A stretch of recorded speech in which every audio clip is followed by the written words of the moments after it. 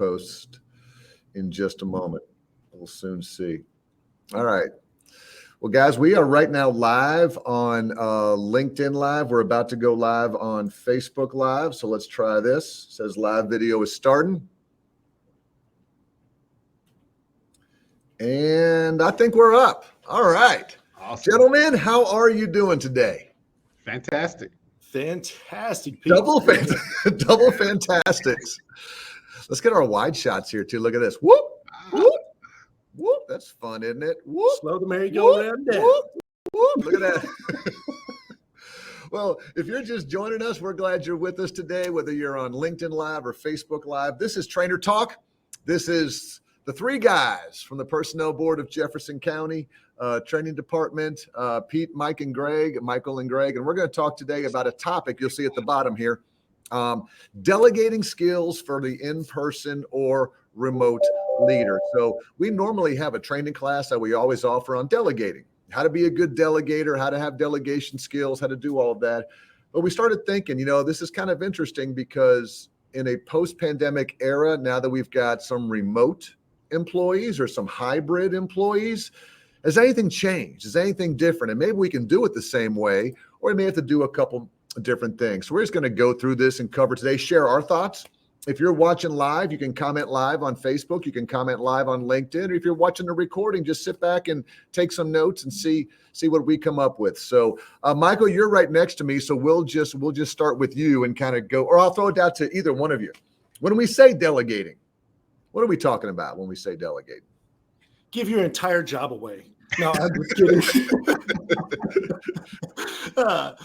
When we're talking about delegating, what we're doing is we are giving responsibility to different people based on, personally, what I think delegating is giving responsibilities away to the people that have strengths in those areas that can take the part of the job that they have and do it well, complete the task, complete the job to make sure that the whole job is done and then everyone is a success.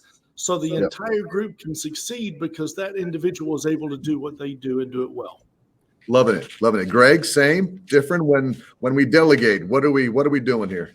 We're transferring authority. We're giving that particular person on our team a level of responsibility to make certain decisions. And so we're transferring that authority, but we're remaining ultimately responsible for whatever it is that we've delegated. Yeah, that's the key, is that we're always still responsible. I was doing a little bit of article research today, and I found an article from MIT that says a delegation comes from a Latin word, shocking, delegare, I guess, which means to send out as an ambassador or a representative. I like that. And I like that too, because, you're sending them out as an ambassador or representative. And a lot of times the ambassador still reports back to whoever sent them out. So, I mean, if I delegate, it's still on me, but that person is representing us and the company and the task and kind of all that comes with it. Greg, I know you're kind of I don't want to say our delegation expert, but you do a lot of these trainings with people. So the question here is, why should we delegate?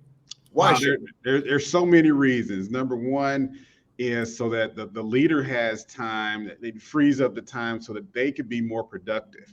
One of the leader's responsibility is to be forward looking. And how can I be forward looking if I'm doing or have my hands in everything that's going on in the organization? To develop our teams, to build skill sets, to develop the next level of leadership that's coming up. So there are so many things in why leaders should delegate. There's a time management piece in it. So we've got to find out, what it is that, can help our teams be more productive, because the leader can't do it all. Yeah. and therefore, if the leader can't do it all, there has to be, some delegation involved somewhere for that team to be successful. I mean, both of you have been managers and leaders before in different organizations. And, sometimes we kind of want to keep everything because we know how to do it right and we're more efficient. And like you said, delegating takes time. But Michael, there's a growth opportunity, right? I mean, it's not just about getting things off our plate. It should also be to help employees get better in some way or another. Absolutely. There is a personal growth opportunity there for each person that's out there. And I need to step back just for a second, because I led out with responsibility, delegating responsibility, and Greg was so right. We're not delegating the full responsibility because we have the responsibility. We're delegating and empowering authority to get things done, and then the person takes responsibility for their part. Mm-hmm. And like you said, Pete and Greg, we're ultimately responsible for all of that. But when we empower people, there's a personal growth responsibility that goes along with that. They are able to grow so much because they've been empowered to live within that strength, to really stretch themselves to become more than what they were. I don't have this written down here, but as one of our subtitles, but I'll just, because Greg, I haven't facilitated this training class in so long, but as we're talking, it's all popping back in my head. There's some reasons that managers should not delegate. And I start thinking about, well, I've got all these crummy tasks that I don't like doing. So I'm going to give them to Michael. I'm going to give them to Greg. I'm going to keep all the good things, but I'm going to give you all the. Do managers still sometimes do that? And I would assume that's not okay, Greg. Is that? No, that's not okay. But yeah, in fact, last week I taught this class, and there were people in the class that were saying, yeah, well, sometimes, that person that manager may not like gets the crummy task. or if you got somebody on your team that has a discipline problem, they are the ones that get tasks that nobody wants. And so you have to be very careful as a leader how you and who you delegate it to. Because you have somebody on your team that's a top performer, and you may be delegating everything to that person because they do it well. That you don't have to check behind them, and they're gonna, get the job done. And yet you create friction in your team because everybody else on your team may be saying, hey, well, what about me? I have the ability to step up. I have more capacity. I can do something else besides this crummy task that you're giving me. And I never get selected. Yeah. So we still have that. Yeah. Unfortunately. It's sort of a balancing act, definitely. So what we want to do today, and again, if you're just joining us on Facebook Live or LinkedIn Live, we're glad you're here for Trainer Talk this month. We're talking delegation skills. If you want to leave a comment on LinkedIn in the live chat or on Facebook, we'll go ahead and take a look at that and see if we can answer your question. So let's go big picture. Greg, we'll kind of start with you here. Delegating to in-person employees versus remote employees. So let's just start with the big picture. Is there really that big of a difference? Do we have enough data points to say, yeah, it's different, or is delegating and it is what it is? What's your thought on that? I think now we have, after this pandemic, I think now we have more data that says, hey, there are some things that have to become more obvious for you if you're going to delegate in a remote environment. Number one, you've got to communicate more often. Okay. Number two, you really have to be specific about your expectations. Okay. And then number three, you've got to incorporate some type of technology where you keep the group together. Okay. So that everyone knows what's going on and how you're doing it. And so I think throughout the last 2 years, the organizations that have done at least those three things well in this remote environment are the teams that are more cohesive, and delegation has gone off really smoothly, and they can go inside and outside of work or back to that kind of, flexible work environment now, to where delegation is just secondhand. But the organizations that didn't do it well and didn't incorporate some of those things, I think they're still struggling with it. So let's talk about some of those, Michael. As kind of Greg got us started with these nuances. So Greg mentioned like a remote team management tool. If I'm delegating to the two of you and we're in the same office or the same floor or whatever, I can always drop by and say, how's the task going and how are you doing? We've got that face to face. But Greg is mentioning some type of tool. Would that be like a Slack or an Excel spreadsheet or some type of, Google Drives? Will that help, do you think?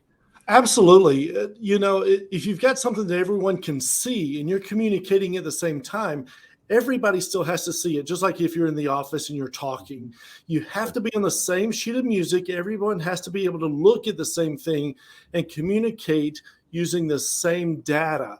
Okay. So that's very, very important, whatever you use. And there's so much out there now. People with different companies have come out with so many communication tools.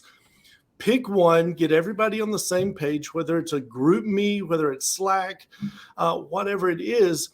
Get out there, make sure everyone's comfortable using it, and then use it often, consistently, check in, make sure that everyone is comfortable with that, and then let them talk to each other as well. It's not just a manager tool, it is a team tool.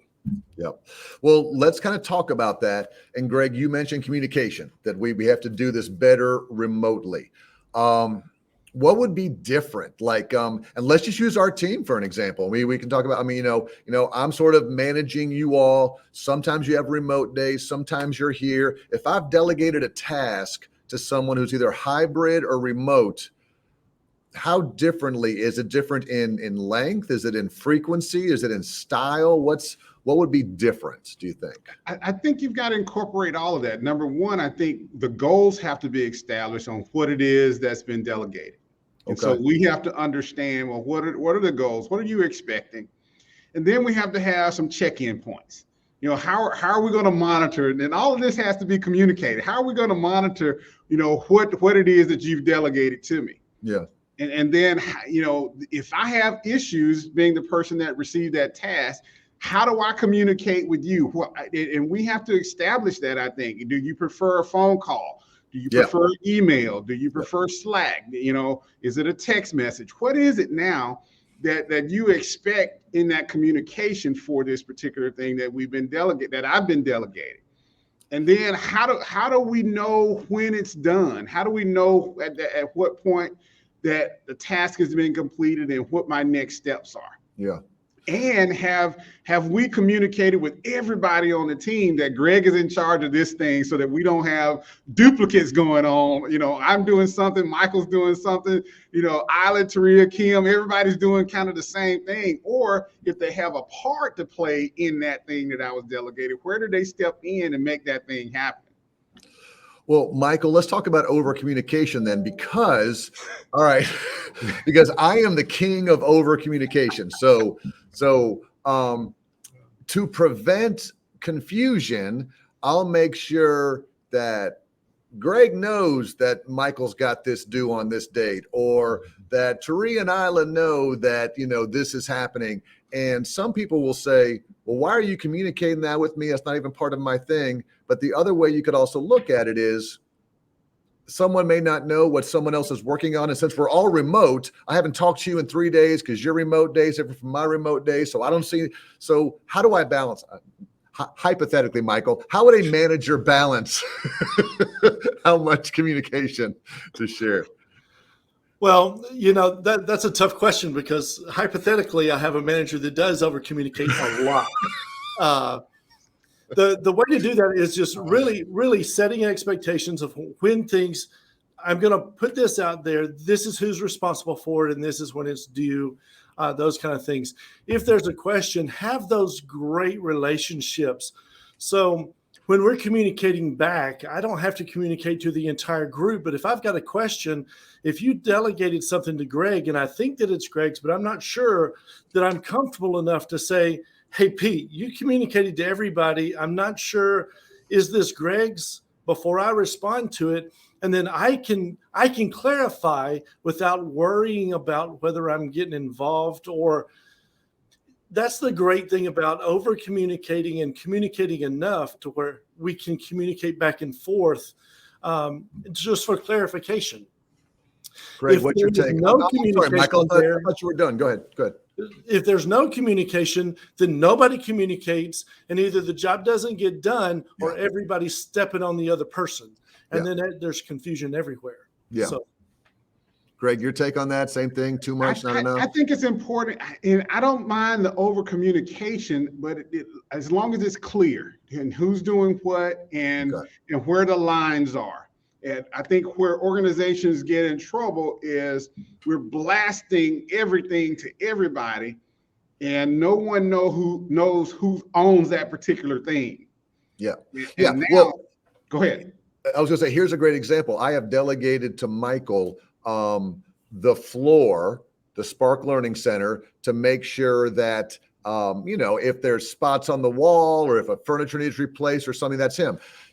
Why do I need to tell the entire team that I put him in charge of that? Well, in my mind, there's a few reasons. Number one, that way, in case someone else sees something, they know to go to him. But number two, they don't walk around and go, this place is a dump. This place never gets cleaned up. Why isn't Pete doing anything about it? Well, they don't know that I delegated to Michael. So, there's this whole communication piece of what people need to know. Yeah, or we can have 10 work orders at General Services for the same thing. Right. Now our customer is wondering what's going on with that department. Why am I getting 10 work orders for the same thing? They're eliminating resources for us. I mean, we're always going over there and the thing is done already. It's a very good point. So over communicating to have one general funnel. Well, let's do this, guys, because this has been really, to me, kind of a good reminder to me, and hopefully if you're watching, helpful to you. We talk about these 4 basic steps, and I think a lot of this applies whether you are remote, hybrid, in person, all of that. So let's kind of go through these. And Greg, these are the ones that we won't go into the 2.5-hour training class today, but earlier you mentioned goals. Yeah. So again, the goals of, is this the goal of why I'm delegating it, of what I'm delegating it, of what I want it to look like when it's done, of getting buy-in? What are we saying here when we say get common goals when you delegate the task? So the goals are around the task that you've been assigned. Okay. All right. So you've assigned, me to make sure we have items on Facebook. Okay. So that's the task. But now I've got to go in and say, all right, well, the goal to this is to make sure that our audience is informed. I want to do this. The goal is to have it up a week ahead of time, or, to make sure the dates and everything. And so I've established the goal. You delegated me the task, but now you and I have to agree on the goals that's going to make this particular task successful. Yep. Okay. All right. Michael, step 2, and this is the hardest one for a lot of us, is to allow them to do the assigned task. Why is that important, and why is it difficult sometimes? Well, it's important because it is a growth process. We talked about this earlier. It's a growth process to allow them to do it. It's difficult to do because a lot of times they don't do it the way that it's always been done, or the way that we would do it. Which is the correct way, by the way. Yeah. Do it this way. Do it my way, because that's the way it should be done. Yeah. They have different ways to get it done. So it's uncomfortable sometimes. We know that it can be done. We think our way is the most efficient way. So we have to be patient. We have to sit back and allow them to do it as a growth process. But sometimes it's a learning process for us as well. And it's hard sometimes to sit back and learn new ways, to unlearn and then learn again, to relearn, because especially today, the way people are doing things is more efficient. It starts off new math, for example. I still can't get new math, but they say it's so much faster. Yeah. I still hadn't figured it out, but kids can do it faster than we can do it. And the end result is the same. Well, let's use this next one on step 3, because this is one, again, that I'll use some real life examples of things that I've delegated to y'all. Number 1, establish the goals. Number 2, allow them to do it. But number 3, how much responsibility do they have? So I think I assign each of you a region in Jefferson County to talk to these cities and allow them, hey, we're training, you want us to come to your area, whether you have different cities or agencies. Well, does that mean that you're allowed to call them? Does that mean that you're allowed to go out there and see them? Are you allowed to email the mayor directly? Are you allowed to go speak at a city? So this one kind of rings true, which is, even though you're letting them do it, Greg, am I also supposed to put some parameters? Like, do I want you calling the mayor? I mean, I don't know. Is that something we need to discuss? Absolutely. You have to define it. Otherwise, you've left that up to me. You've transferred that responsibility and that authority to me to do those things. So if you don't say, hey, Greg, you can do everything but call the mayor. Yeah. Okay. So that means I probably should say. Okay. So, but if it's not defined, then I think that's where, some teams get into trouble, because now the leader is expecting one thing, and the person that was delegated the task was expecting another thing. And the clarity wasn't met because we didn't know what the expectation was. Yep. Very good. Michael, anything there? You agree with that? I think something that has to be understood here is the amount of time in the relationship that's built with the manager and the employee, because each person is going to have a different realm. If you're just starting, the reins are going to be a little tighter. They're going to be pulled back, and you're not going to have as much responsibility. So be aware of that. And depending on how, when the reins are loosened, if you go crazy, they may take the reins back and hold you back a little bit. So how you use that responsibility is very, very important. The better you are when that responsibility is given to you, how responsible you are, how mature you are in taking that responsibility, the more responsibility you're going to get. So just know that. And then one day you will be able to call the mayor, but the mayor is going to be able to call that manager and say, hey, the conversation either went really well, or please don't ever have them call me again. Call me ever again. And Pete, I see this a lot of times when, like, say, someone is doing the budget or ordering supplies. They have a dollar amount. So you can order everything up to, say, $5,000. If it's over $5,000, then you have to come to me to get signature to put this item in the budget, or et cetera. So, still you have to define what it is. Right. Yeah, you've given them a little bit of room to try it a different way, but there's still going to be almost some safety precautions or things. But I think part of this has to do with also delegating the right task to the right person at the right time. If you've got a poor performing employer and everybody's complaining, how come you don't delegate stuff to them? You only give it to the high performers. Well, I don't want to give them one that would also get the department in trouble or have them be out of their so delegating the right task at the right time to the right person. And then again, step 4, you gentlemen, which is hold them accountable. When we delegate a task, and I know I'm not very good at this sometimes, but I try. I shouldn't say I don't like deadlines, because my boss might be watching, but I'll say things like, if you can have this to me in the next couple of weeks, have this to me as soon as you can. I know I need to do a better job of saying, hey, I need to have this in by this date at this time and Friday, because if you don't hold the people accountable, what could happen? What could go wrong? Person thinks that they have a lot more time than they actually have to get it done. They may miss some deadlines. Not make it a priority. We could miss a deadline. We could mistake it for a non-priority. Michael, what'd you have there? Just failure. The 60% of failure happens because of poor communication. We just failed to communicate, so therefore nothing happened, and didn't get done. But even in this, Pete, I think when you set the goals, you should also establish how that accountability is going to take place. When are we going to check in with each other? Do you prefer to have a Zoom call to check in? Are we going to meet face to face? So a lot of these things in that accountability take place with the goal setting. There's so much to do wrong here, but it's so much worth it. How's that for good English language? It's so much good worth it to do the delegation. Let's sort of wrap it up for our audience today around these final talking points. And we may have already covered them, but I'll throw these out. You guys can talk about, and then we'll end up with wherever y'all want to end up.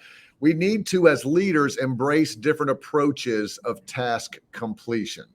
And not just accept, but embrace. And there's a difference there, because as we get older, as we have more diversity of thought, more diversity of the way that we do things, people are going to have different ways to do them. So why is it important, Michael, that we embrace, if I give you a task and I know it should be step A, step B, step C, and step D, and you do it D, B, A, C, why should I embrace that? Why should that not bother me?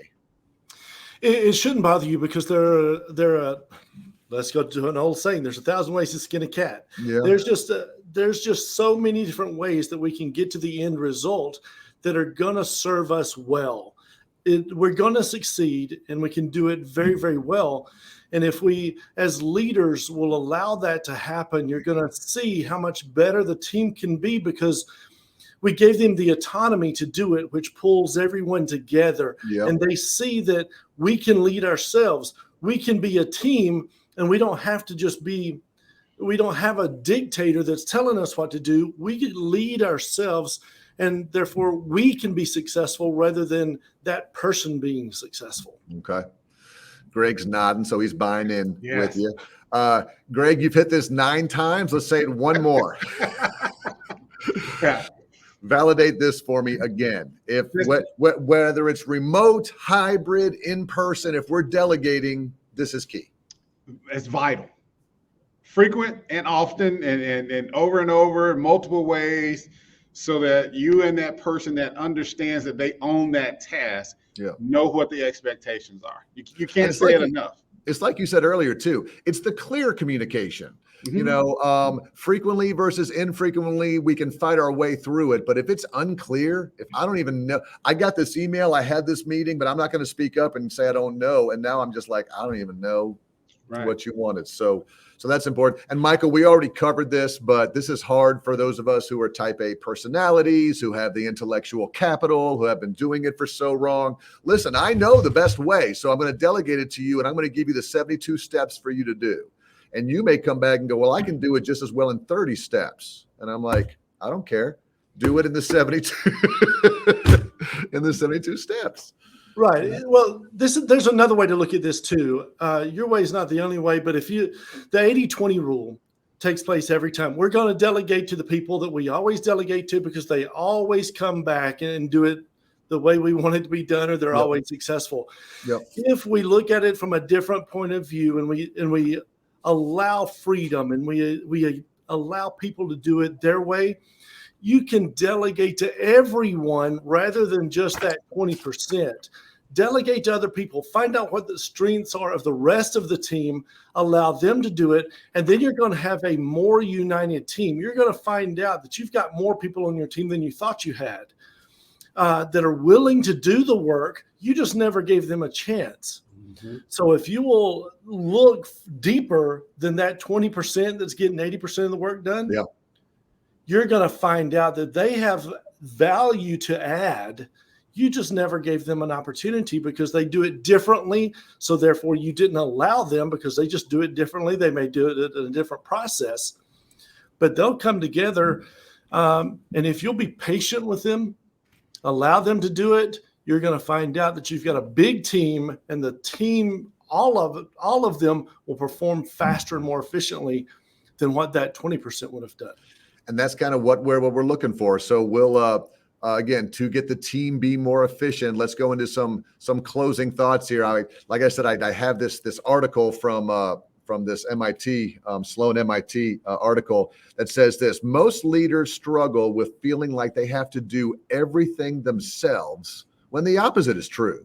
If you identify your core capabilities and this allows you to be a better leader, and they're saying ways to do this: list everything you have to get done as a manager or a leader. List everything you have to get done, and then add a star to the task that really only you can do. Like, I need to do these, and just choose 3. Then look at the rest of the 10, 11, 12, 15 tasks and say, which of these can I delegate? They said that 81% of the people who are the most effective delegators do this. They list out all their things they have to accomplish, star 3 of them, and try and delegate some of the rest out. So that's a skill, I think, that all of us can kind of maybe get a little bit better at. Michael, what's your closing thought on delegating? My closing thought on delegating is this: I believe that the greatest leaders are the ones who can lead the people and allow the people to manage the task. Yep. So let the people manage, let the leaders lead the people, add value to the people, and the task will take care of themselves. Yep. I'm going to give you a bell for that. Good job. Greg, what are your thoughts, buddy? Finish us strong. Hey, delegation is a skill that all leaders should learn and make it one of their priorities. It will give the leader the time to focus on the most important things of their day. Yeah, I agree. Delegation is not, when you get to be a supervisor or a manager promotion, delegation is not optional. You can't say, I'm going to learn all these management skills, but I'm not going to delegate. That's not for me. No, we will fail. Fast. You will fail fast. Gentlemen, thank you guys so much. Those of you who watch live, we appreciate you. If you're watching a recording on Facebook or Merit Matters, we appreciate you. Lots of good lunchtime learning blast, lots of good topics coming up in April and May. So on behalf of the entire personnel board team, we appreciate you for watching today's Trainer Talk. Thanks, guys. Great job today. Awesome. Thank you. See you next time. See you. Bye-bye. All right.